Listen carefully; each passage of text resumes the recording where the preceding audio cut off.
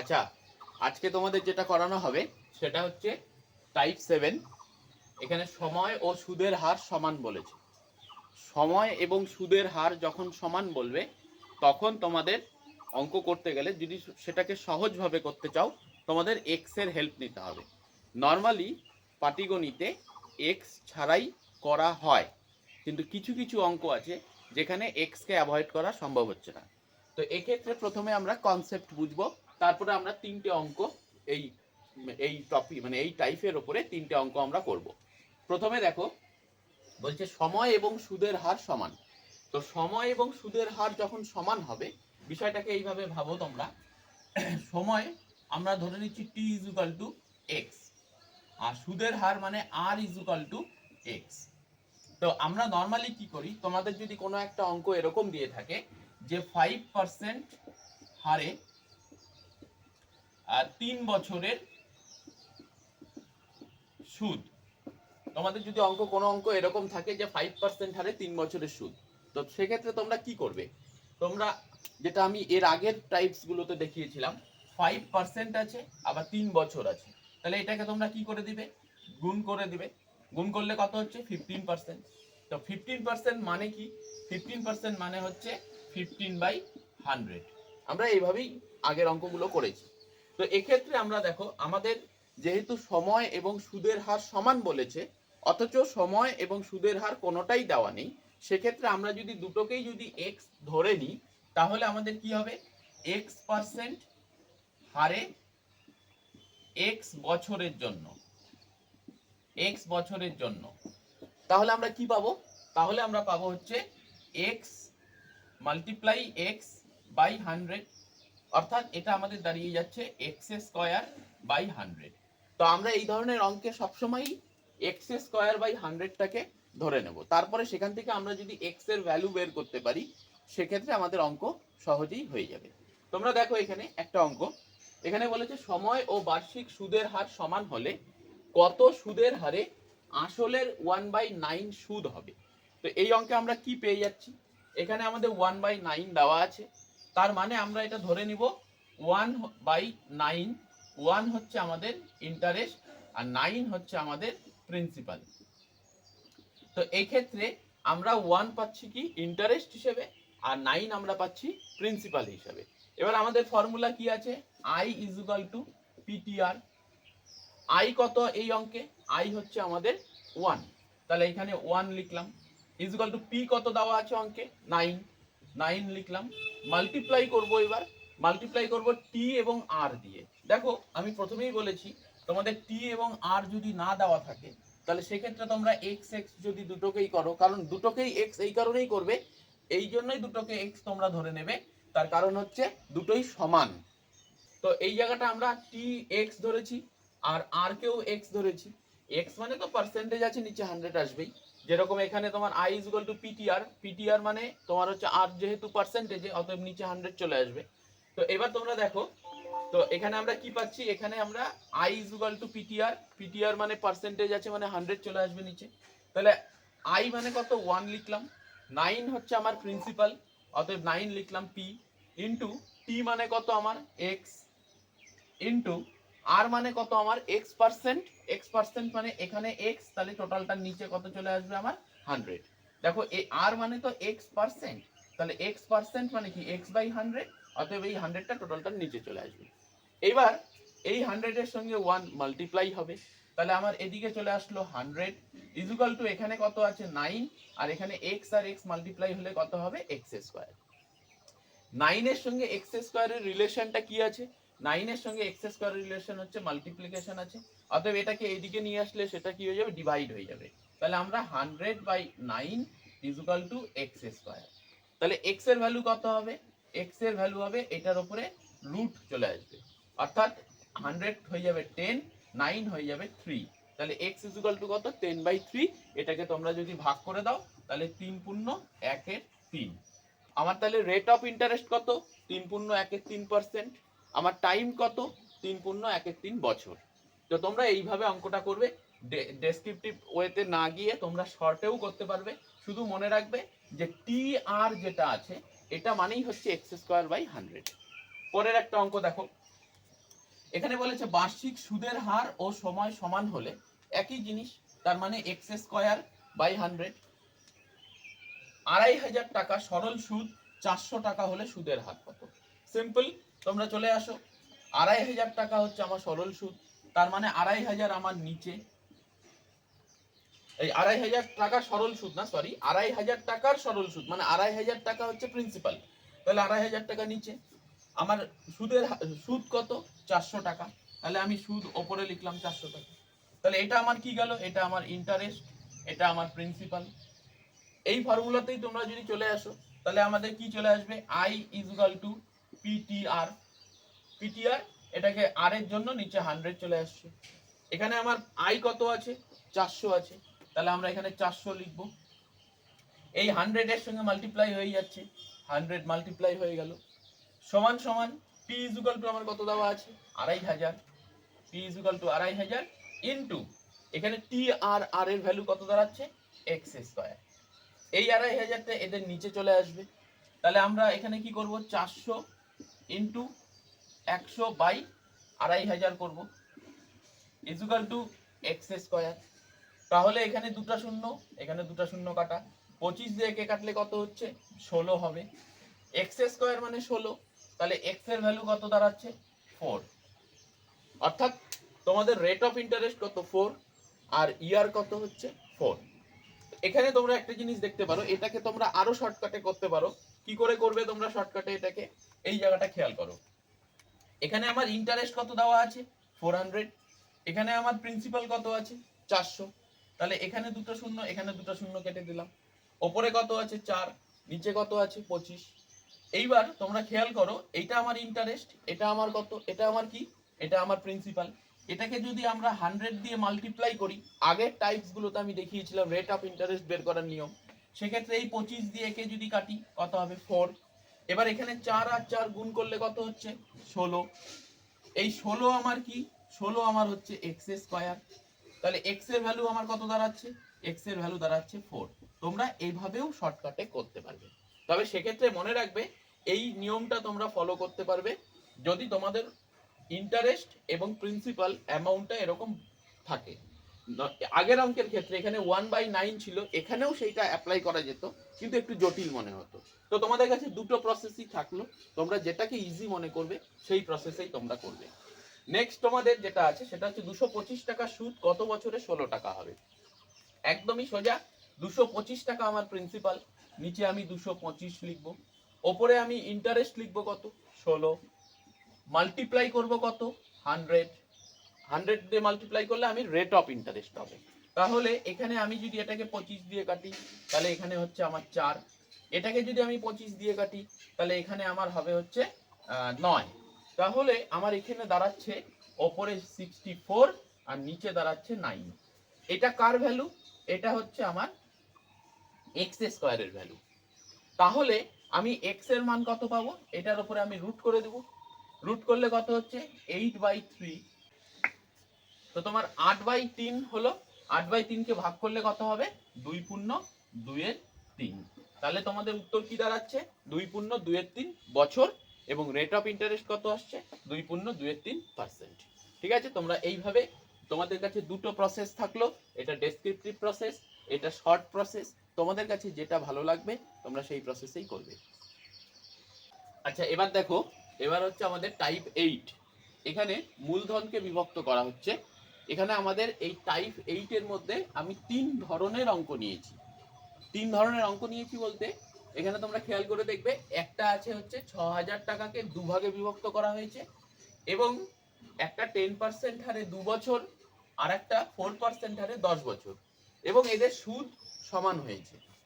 এই অঙ্কের ক্ষেত্রে আমার 13,000 টাকা 3টি ব্যাংকে রাখা হয়েছে, মানে 13,000কে 3 ভাগে ভাগ করা হয়েছে।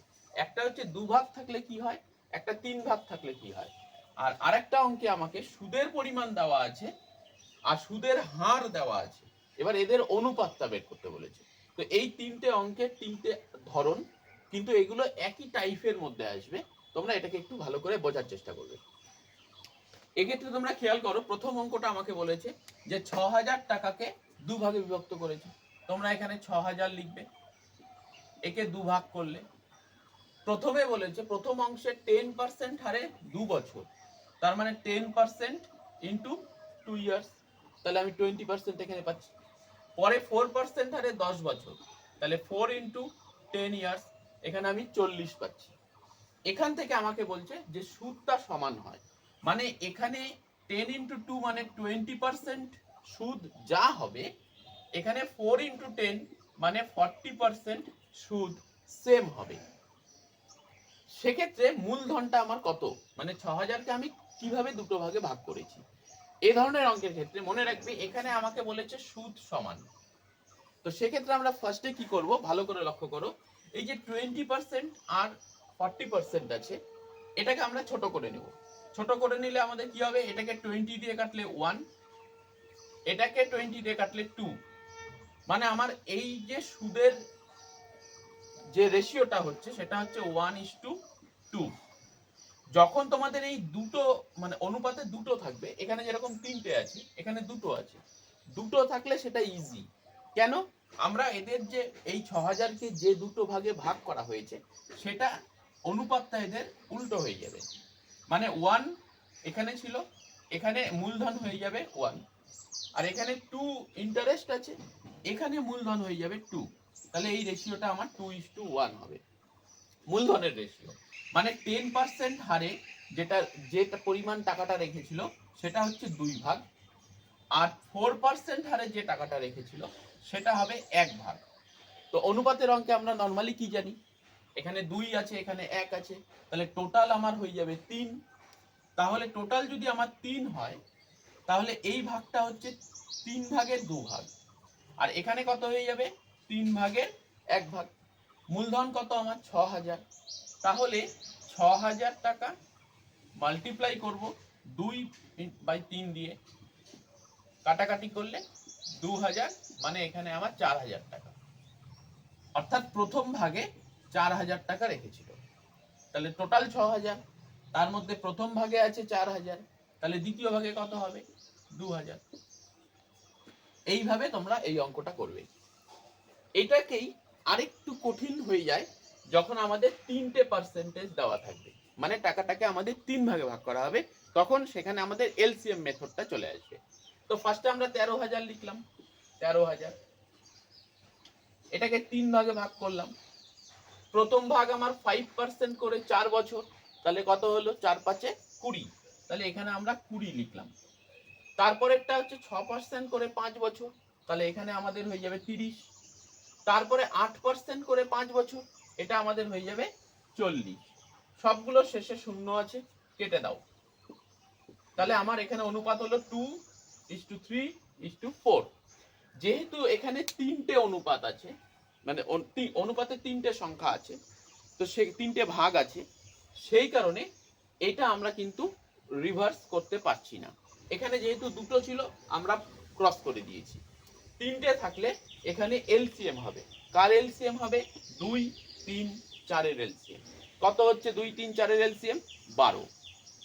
এবার তোমরা এখানে কি করবে, এই যে এইটা আছে 12 ওপরে লিখবে, আর নিচে এই সংখ্যাটাকেই লিখবে 2। এখানেও তাই করবে, 12 ওপরে লিখবে, নিচে 3 চলে আসলো। এখানেও 12 ওপরে লিখবে, নিচে এই 4টা চলে আসলো। কেটে দেবে, তাহলে কত হলো 6, এটা কেটে দেবে কত হবে 4, এটা দিয়ে এটাকে কেটে দেবে কত হবে 3। তাহলে আমাদের ক্যাপিটালের অনুপাত মানে মূলধনের অনুপাতটা হয়ে যাবে 6:4:3। এবার আমরা কি করব, সেম এই প্রসেসটাই করব। টোটাল ভাগ এখানে কি 2 আর 1 যোগ করে 3 করেছিলাম, তাহলে এখানে 6, 4 আর 3 যোগ করলে কত হচ্ছে 13। তার মানে এই ভাগটা হচ্ছে 6/13, এই ভাগটা হচ্ছে 4/13, এই ভাগটা হচ্ছে 3/13। এবার আমার প্রত্যেকটা ভাগে কত পরিমাণ টাকা আছে, টোটাল টাকা হচ্ছে আমার 13000। তাহলে 13000কে 13 দিয়ে যদি ভাগ করি কত হবে 1000। 1000 এই 6 এর সঙ্গে গুণ করলে 6000, তার মানে এই ভাগে আমার রেখেছিল 6000 টাকা। একই রকম ভাবে 13 দিয়ে একে ভাগ করলে 1000, 1000 এর সঙ্গে 4 গুণ হলে তাহলে এই ভাগে আমার থাকবে 4000 টাকা। আবার এই 13 দিয়ে এই 13000কে ভাগ করলে 1000, 3 দিয়ে গুণ করলে 3000 টাকা। তো তোমাদের যখন 3টে দেওয়া থাকবে সংখ্যা, সেটা 4, 5, 6, 7 যত বেশি থাকুক না কেন, তোমরা এই জায়গাটায় এসে এলসিএম করে দেবে, এলসিএমটাকে ওপরে রাখবে, এই অনুপাতের সংখ্যাটাকে নিচে রাখবে, কাটাকাটি করে দেবে, ওদের মূলধনের ভাগটা তোমরা এখান থেকে পেয়ে যাবে। নেক্সট একটা অঙ্ক আছে, এটা আমাদের অ্যালিগেশন মেথড চলে আসবে। এখানে তোমরা দেখো 1550 টাকা সুদ 300 টাকা 3 বছরে। আচ্ছা তাহলে এই ধরনের অঙ্ক তোমরা করেছো, 300 টাকা হচ্ছে 3 বছরে, তাহলে এক বছরে সুদ কত হচ্ছে 100 টাকা, 100 টাকা হচ্ছে এক বছরের সুদ। এবার দেখো 1550 টাকা আমার কি প্রিন্সিপাল, তাহলে এর নিচে আমরা কত লিখবো 1550 লিখবো। এবার এটাকে আমরা মাল্টিপ্লাই করব 100 দিয়ে, তাহলে আমরা কি পাবো রেট অফ ইন্টারেস্ট পাবো।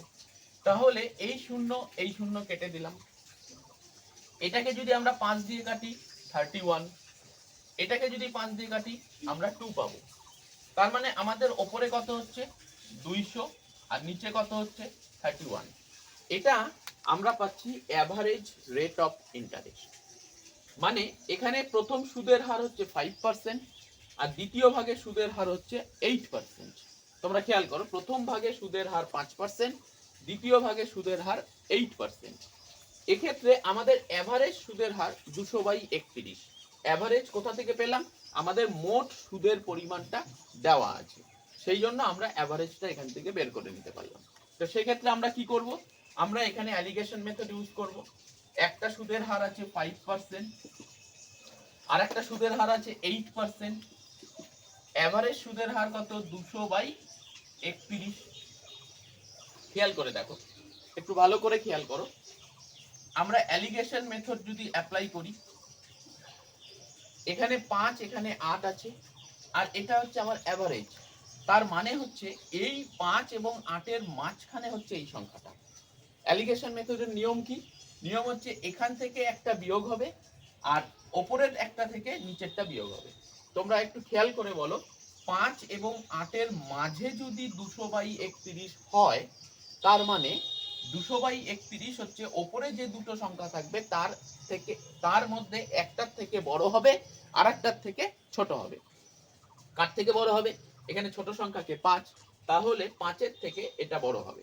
আর বড় সংখ্যা কোনটা 8, তাহলে 8 এর থেকে এটা ছোট হবে। এটা তোমরা মাথায় রাখবে।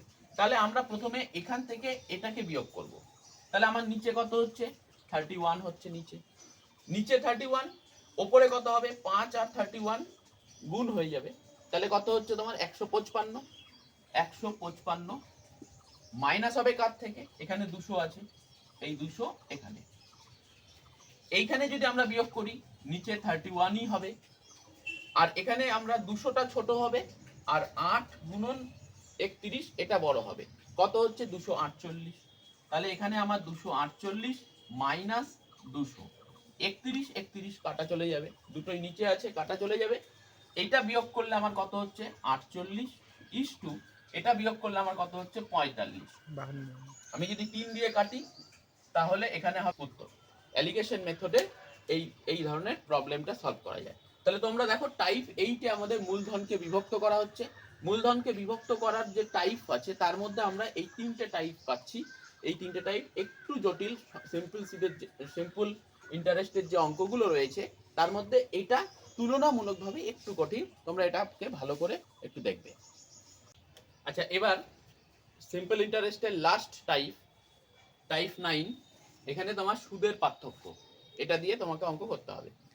কি বলছে এখানে 15,000 টাকা করে, মানে প্রত্যেকটার ক্ষেত্রে মূলধন হচ্ছে 15,000, 8% হারে 6 বছর এবং 5 বছরের জন্য রাখা হলো। খেয়াল করো 15,000 টাকা, এখানেও 15,000 টাকা, যেহেতু বলছে 15,000 টাকা করে, একটাতে 8 বছর 8% হারে, এখানেও 8%, এখানেও 8%, একটাতে 6 বছর একটাতে 5 বছরের জন্য রাখা হলো। তাহলে এখানে 5 ইয়ার্স আর এখানে 6 বছর আর এখানে 5 বছর। বলছি সুদের পার্থক্য কত, তোমরা খেয়াল করো, প্রিন্সিপাল আমার সেম, রেট অফ ইন্টারেস্টও আমার সেম, শুধু ইয়ারটা আলাদা হচ্ছে। তো এটাকে আমরা ডেসক্রিপটিভে যদি করতে যাই, ডেসক্রিপটিভ বলতে তুলনামূলক বড়ভাবে যদি করতে যাই, তাহলে 8% করে 6 বছর মানে 48%। এখানে 8% করে 5 বছর, তার মানে হচ্ছে তোমার 40%। তাহলে এই 48% এবং 40%-এর মধ্যে গ্যাপ কত দাঁড়াচ্ছে আমার? গ্যাপ দাঁড়াচ্ছে আমার 8%। এটাই হচ্ছে ওদের সুদের পার্থক্য। কিন্তু এটাকে তোমরা ওইভাবে নাও করতে পারো। কেন? কারণ এখানে আমার প্রিন্সিপাল সেম, দুটোতেই 15,000। আবার তোমরা খেয়াল করে দেখো, রেট অফ ইন্টারেস্ট দুটোতেই সেম। রেট অফ ইন্টারেস্ট এখানে 8%, এখানেও 8%, শুধু ইয়ারটা আলাদা, এখানে 6 বছর, এখানে 5 বছর। এটা আমরা মুখে মুখেই ক্যালকুলেট করতে পারি যে 6 বছর আর 5 বছরের মধ্যে গ্যাপ 1 বছর, অতএব রেট অফ ইন্টারেস্ট আমার 8%। যেটা আমরা এখানে 48 আর 40 থেকে মাইনাস করে করলাম, সেটা আমাদের 48-40 না বের করলেও চলতো। আমরা ডাইরেক্ট এখানে 6 বছর, এখানে 5 বছর, মানে 1 বছর, আর 1 বছরের রেট অফ ইন্টারেস্ট হতো 8%। তাহলে আমাদের সুদের পার্থক্য 8% হবে। তো 8%টা আমরা কি করে করব? 15,000 মাল্টিপ্লাই 8/100, শূন্য দুটো শূন্য দুটো শূন্য কাটা, এখানে 150কে 8 দিয়ে গুণ করলে কত হচ্ছে? 8 শূন্য শূন্য, 5 8 40, শূন্য হাতে থাকলো 4, 8 8 8, 8 4 1200 টাকা। তাহলে আমাদের সুদের পার্থক্য হচ্ছে 1200 টাকা। তো খেয়াল করলে অঙ্কটা আমাদের প্রিন্সিপালটা দুটো ক্ষেত্রেই সমান আছে, রেট অফ ইন্টারেস্টও দুটো ক্ষেত্রে সমান আছে, শুধু বছরটা আলাদা আছে। বছরটা আলাদা থাকার কারণেই আমাদের রেট অফ ইন্টারেস্টের যে সামান্য পার্থক্য হবে 8%, এই 8%টাই হচ্ছে আমাদের সুদের পার্থক্য হবে। সেম অঙ্ক এখানেও তোমরা খেয়াল করো, এখানে আমাকে বলেছে দুটি সমান মূলধন, এখানে মূলধন সমান বলে দিয়েছে কিন্তু কত সেটা বলে দেয়নি, শুধু বলেছে দুটি সমান মূলধন 8% হারে 6 বছরের জন্য। তাহলে 8% 6 বছর কত হচ্ছে আমাদের? 48। আর 10% হারে 3 বছর, তাহলে এখানে 10 মাল্টিপ্লাই করব 3, তাহলে 30%। এবার বলেছে সুদের পার্থক্য 1800 টাকা। তোমরা খেয়াল করো, প্রিন্সিপাল তো আমাদের সেম, এখানেও যা প্রিন্সিপাল এখানেও প্রিন্সিপাল, যেহেতু বলছে সমান মূলধন, তাহলে প্রিন্সিপালটা আমাদের সেম। আমাদের রেট অফ ইন্টারেস্ট এখানে আসলো 48, এখানে আসলো 30, তাহলে আমাদের রেট অফ ইন্টারেস্টের গ্যাপ কত? 18%। এবার এই 18% হচ্ছে 1800 টাকা। তা তোমরা খেয়াল করো, 18% যদি আমার 1800 টাকা হয়, 1% আমার হবে 1800/18।